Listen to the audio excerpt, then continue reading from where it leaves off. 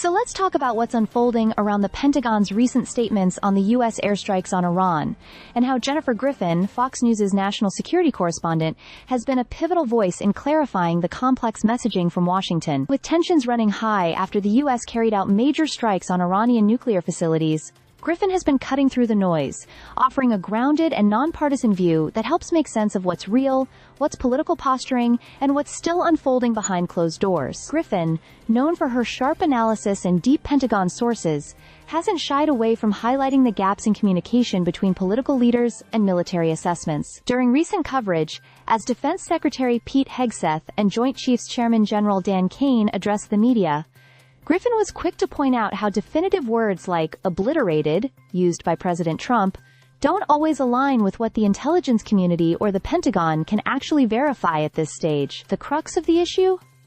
Trump claimed the strikes completely dismantled Iran's nuclear capabilities. But when pressed, both Hegseth and Collin had to admit they don't yet have full battle damage assessments. According to Griffin's reporting and insight, these kinds of assessments go through a three-phase process, and we're still early in that process. The first two stages, assessing physical and functional damage, seem promising for the Pentagon.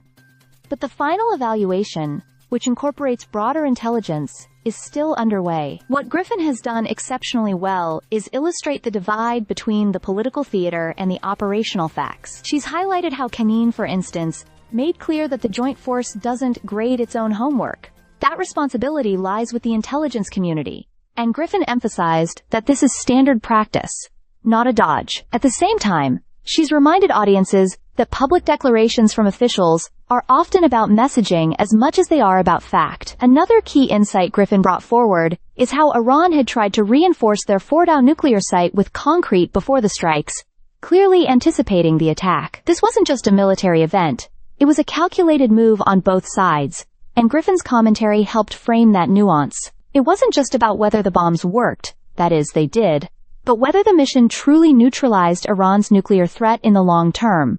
And that's still a big "we'll see." Griffin also covered how General Kane insisted he had never been pressured by Trump or Hegseth to tweak his assessments, a reassurance that matters given the history of politicized intelligence. Still, the administration's rush to declare total success has only raised more questions. And Griffin's reporting has served as a sober reminder that national security should never be reduced to soundbites. Stay subscribed for more videos.